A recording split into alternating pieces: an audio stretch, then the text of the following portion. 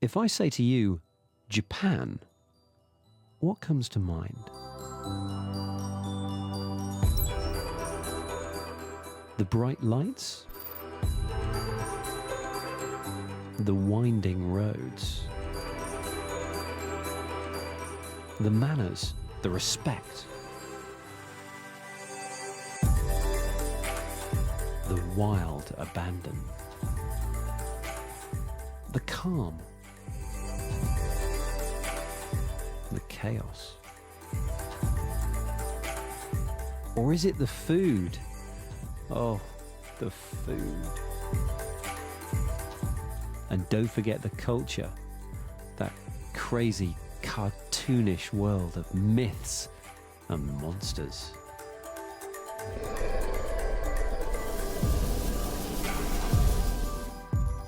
And of course, there's that insatiable, unconditional love of tech. And it's robots, not Godzilla, that will probably come to this country's rescue in the face of a major societal problem.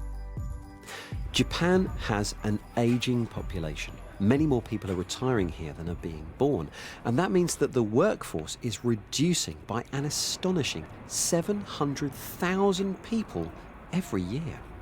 Filling the gap, it has been suggested, will be robots like these. In the West, we're quite fearful about robots taking our jobs, but here, it seems like it's a necessity.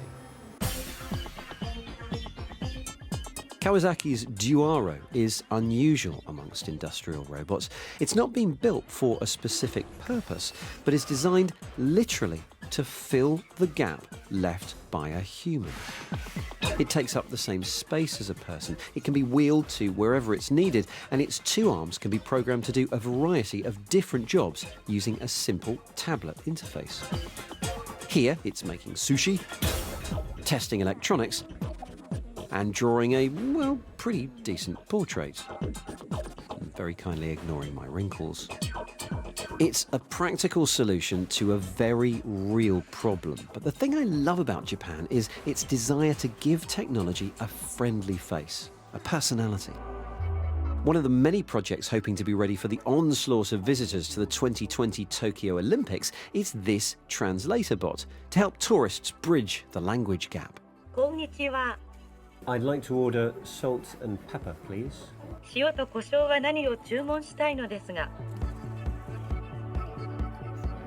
It may seem totally unnecessary to put a robot front end on what is in effect a simple smartphone translation app, but Tokyo is a place with different priorities.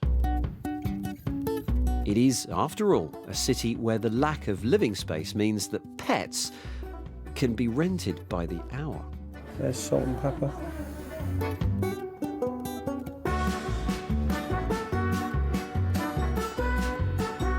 Why are we demonstrating the robot in a hedgehog cafe?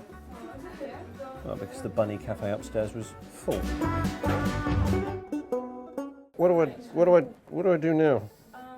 Oh, and if you're wondering, I did feel a slight prick. Anyway, the point is that this country has a real love of robots. And it's not just embracing the humanoid forms from science fiction, it is embracing the brains, the artificial intelligence too.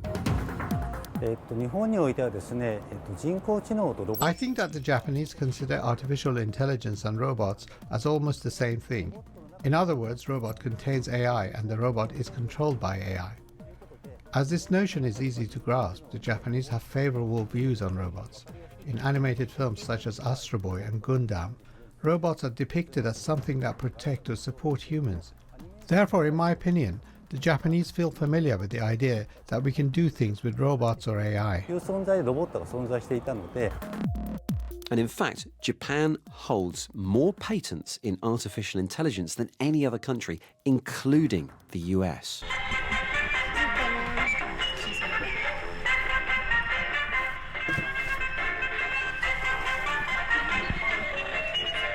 And just to prove that Japanese AI isn't bound to a human form, we've come to a cucumber farm, 180 kilometers southwest of Tokyo.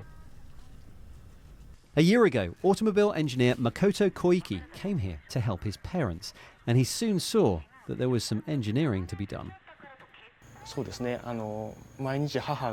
Every day I see my mother sorting cucumbers from noon till 10 at night. I felt I had to do something to help solve this problem. It's not good for my mother's health. The difficulty of sorting is that there are many criteria to look at: the length, thickness, whether it's bent or not, colour, whether it's turned yellow or not, whether it is diseased or if there is any damage. The turning point was the public release of TensorFlow, Google's open source software library for machine learning. And although Makoto had never used the technology before, he was amazed by the accuracy of the system when he fed it images of cucumbers for the first time. My sorting machine has 3 cameras. The cucumber is filmed from 3 different angles, then the images are compressed and sent to the TensorFlow software. TensorFlow uses previously studied cucumber images to rank it and make the assessment, and based on that, the cucumbers are carried on the conveyor belt to their designated location. So far, I have taken about 9,000 images for the machine to make these selections. This is his second prototype, and although the system is still slow and needs improvements, it's very affordable for the small farm. It took about half a year to develop and cost Makoto only about 70,000 yen. In comparison, large, high-end sorting systems cost tens of millions of yen. At present, this couldn't be put to much practical use, because it can flick and drop the cucumbers and cause damage when it's carrying them on the conveyor belt. And it's slow, so I have to improve on this for it to be practical. Makoto thinks that in the future this system can easily be modified to sort other vegetables, and that means AI may eventually help his family to spend less time sorting crops and more time fighting the effects on those crops of the increasingly unpredictable weather. Japan, after all, loves predictability. If you've ever travelled by bullet train, well, you'll already know that.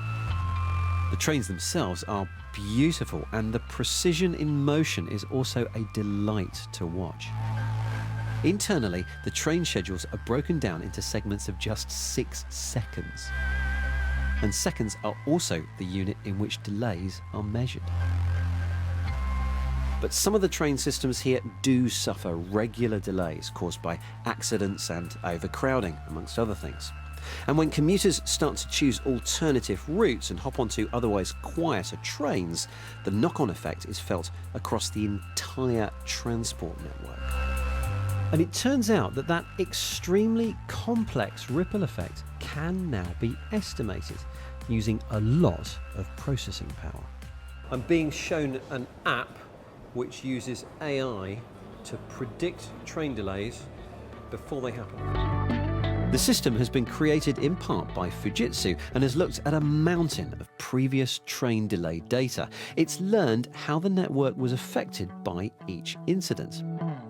It can then have a pretty good go at predicting the ripple effects of a certain problem in a certain location at a certain time of day.